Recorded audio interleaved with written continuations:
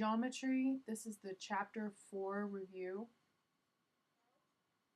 And it's number, actually I forget what number it is, let's look. It's numbers 33 and 34. Number 33, well, both problems apply to a figure that looks like this. They have this triangle, and they tell you right up front that the figure itself is inaccurately drawn. So, like, you can't rely on how the angle relationships might appear to you visually, because they go ahead and tell you that, yes, it's a triangle, yes, there are 3 angles that have these measurements, but the figure, just how it looks, is incorrect. And then they ask you to use some of the postulates and theorems that you're learning in Chapter 4 to answer some questions. Specifically, number 33 says, okay, well, if this triangle was isosceles, then what would we know about the value of y? Well, there's a couple of options for an isosceles triangle, right? Now, isosceles means that 2 sides of the triangle are going to be equal to each other. If this side and this side were equal, then this angle and this angle would have to be equal, because that's the postulate that they teach you, right? It says, I'll read it to you here back from the beginning. It says, if 2 sides of a triangle are equal, the angles opposite them are equal, and that's covered on page 158, that theorem is, that says, okay, if this side and this side are equal to each other, then x has to equal y. Well, now, for that to be true, we also know that 3 angles of a triangle will add to get 180. So we know that x plus y plus x minus y has to equal 180 degrees. Well, let's just see what happens when we solve this, right? Okay, we end up with x plus y plus x minus y, and I'm just dropping the parentheses there. That leaves us with 2x, and the y's cancel, equal 180. So x has to be equal to 180 divided by 2, or 90. Now, you already know that this angle and that angle cannot both be 90, because we still have this third angle here that has to be included, so they all 3 have to equal 180, right? And even if you weren't sure, 90 minus 90 is 0.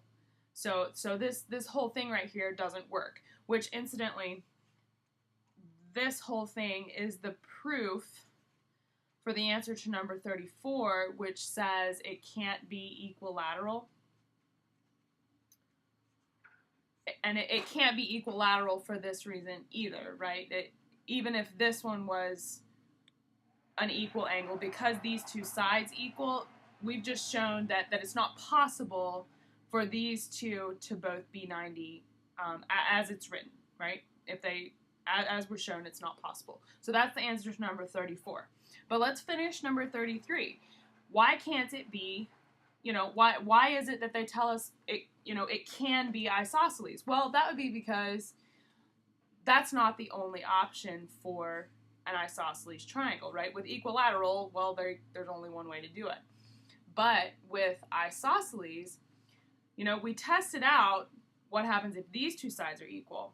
But what happens if it's these 2 sides that are equal? Well, in that scenario, you have x, y, and x minus y, but in this case, y and x minus y have to be equal to each other. So if x minus y equals y, then we can take this equation, right, which is the sum of 3 angles of a triangle equal 180, and that's covered in your book as well in Chapter 4. But we can take this and say, okay, well, then we're going to say x plus y again, right, and that's just substitution, has to equal 180. When we solve this out, we get x plus 2y equals 180. Now, at this point, they're assuming that x is going to be 90, right? Because then the other 2 angles are going to have to make up what's left, right? You only have 180, you have 3 angles that have to add up to 180, so they're assuming that x is 90, so that is an assumption.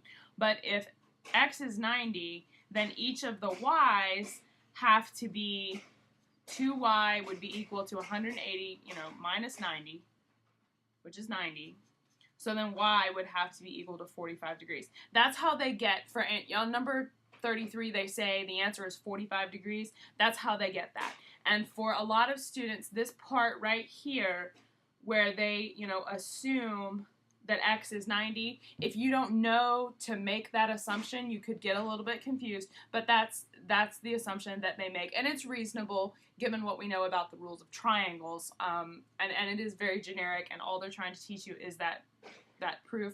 So hopefully this explains things, but if you still have questions about this problem or any other problem that you're working, please feel free to go to our website, which is askdrcallahan.com, and click on Homework Help,